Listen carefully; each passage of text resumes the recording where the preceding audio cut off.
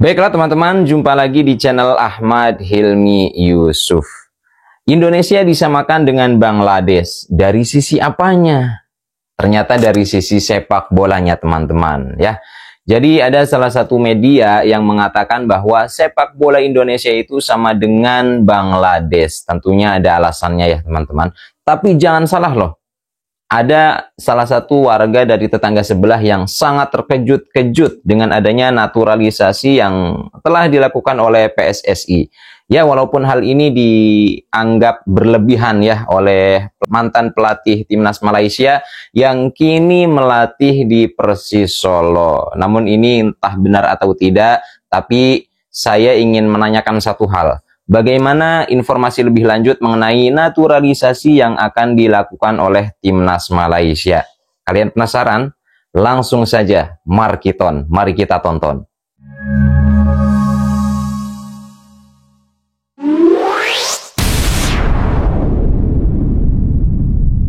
Media Malaysia ejek sepak bola Indonesia hingga dibandingkan dengan Bangladesh. Hal ini karena kiprah tim-tim Liga 1 di level Asia masih belum bisa begitu memuaskan, dan AFC baru-baru ini mengungkap peringkat liga-liga di Asia. Arab Saudi menjadi liga terbaik di Asia, disusul oleh Jepang dan kemudian Korea Selatan, sedangkan Thailand dan Malaysia masuk 10 besar. Liga Indonesia hanya berada di peringkat ke-25 di Asia, dan hal ini disorot oleh media Malaysia Stadium Astro.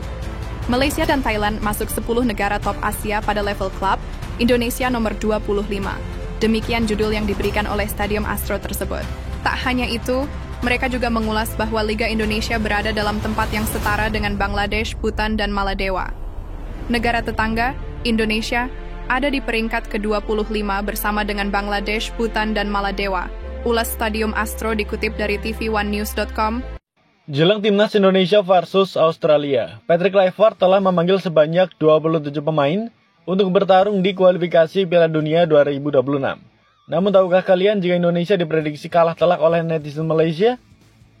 Ya guys, skuad sementara timnas Indonesia akhirnya diumumkan.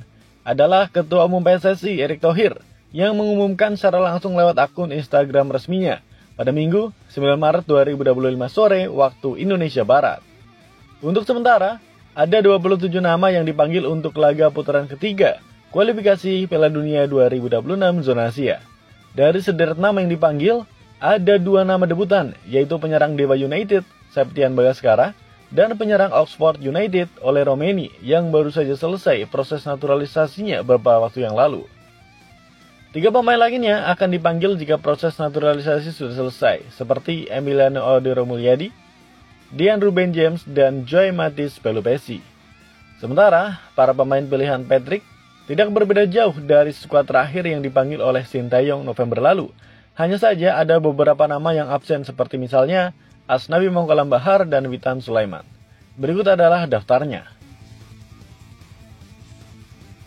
Sebagai informasi nih guys, skuad Garuda akan melanjutkan perjuangan di putaran ketiga kualifikasi Piala Dunia 2026 zona Asia dengan menghadapi 2 lawan tangguh, di mana skuad Garuda dijadwalkan bertemu dengan Australia pada 20 Maret 2025.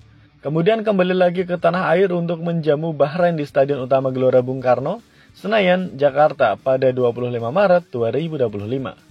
Kedua pertandingan ini sangat krusial bagi Indonesia yang saat ini menduduki peringkat ketiga klasemen grup C dengan raihan 6 poin.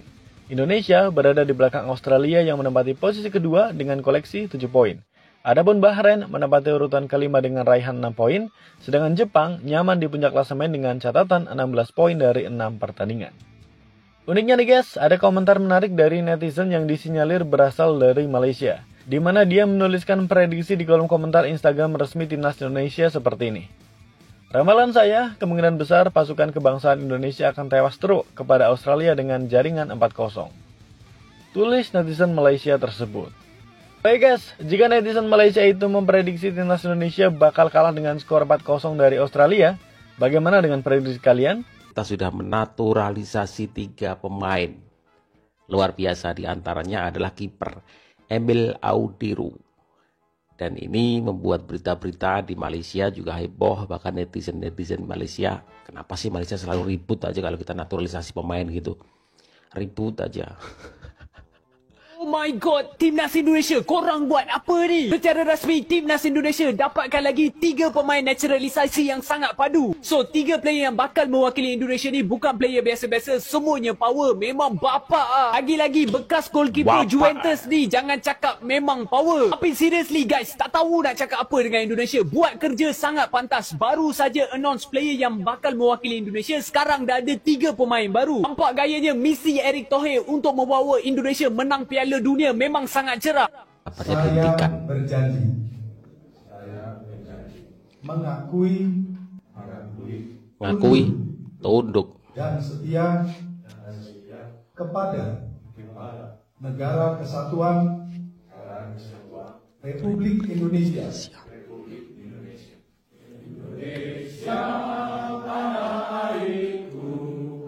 Indonesia Raya.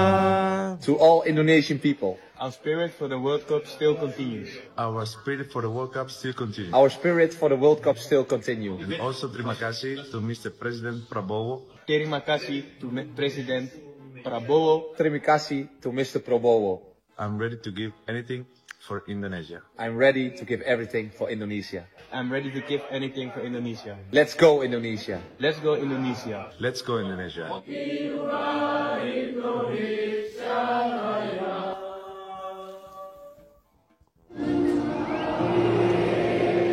Ku tidak lupa. Terharu guys, terharu kita. Habis Timnas Indonesia dapat 3 lagi pemain baru. Apa benda ni weh? Guys, breaking news sudah resmi. Emil Odero, Dean James dan Joey Pelupesi berstatus warga negara Indonesia setelah baru saja ambil sumpah di Roma. Menyusul Garuda Calling kemarin, kini total ada 3 pula pemain yang masuk dalam skuad sementara Patrick Kluivert untuk menghadapi Australia. Abang serius saat bilang Erick Thohir sedang membangun tim tidak hanya untuk lolos tetapi juga coba menang Piala Dunia. Meskipun Emil Odero adalah backup untuk Martin Paes, namun pengalamannya bukan kaleng-kaleng. Dia berasal dari Akademi Juventus dan pernah main untuk Inter Milan. Emil yang berusia 28 tahun kini bermain di Italia untuk Palermo. Dean James yang berusia 24 tahun bermain untuk klub era divisi Go Ahead Eagles. Dia akan berotasi bersama Kelvin Verdong untuk posisi back kiri. Dan yang tak kalah pentingnya, gelandang bertahan berpengalaman Joey Pelupesi yang bermain di Liga Belgia. Dia berusia 31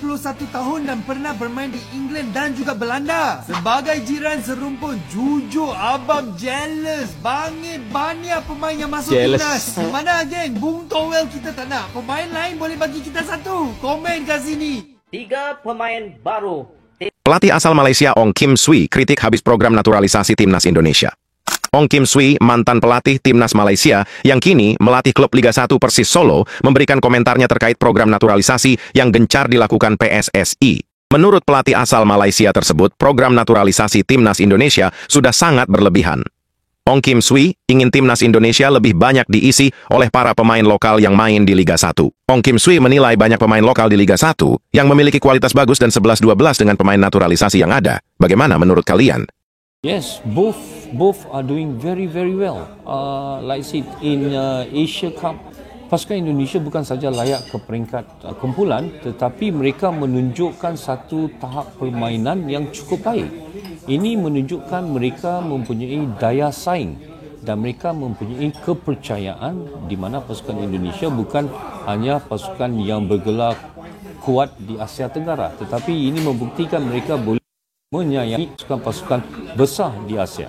Jadi itu satu kejayaan yang cukup tinggi, termasuk pasukan bawah 23 di mana kemungkinan besar akan layak ke Olimpik. Tetapi jika tidak layak sekalipun, saya rasa pasukan Indonesia berada dalam landasan yang betul, di mana ramai pemain-pemain berbakat telah bermain di peringkat yang cukup tinggi. Jadi daripada pengalaman yang ada, sudah pasti akan membantu pasukan senior Indonesia untuk bertambah maju.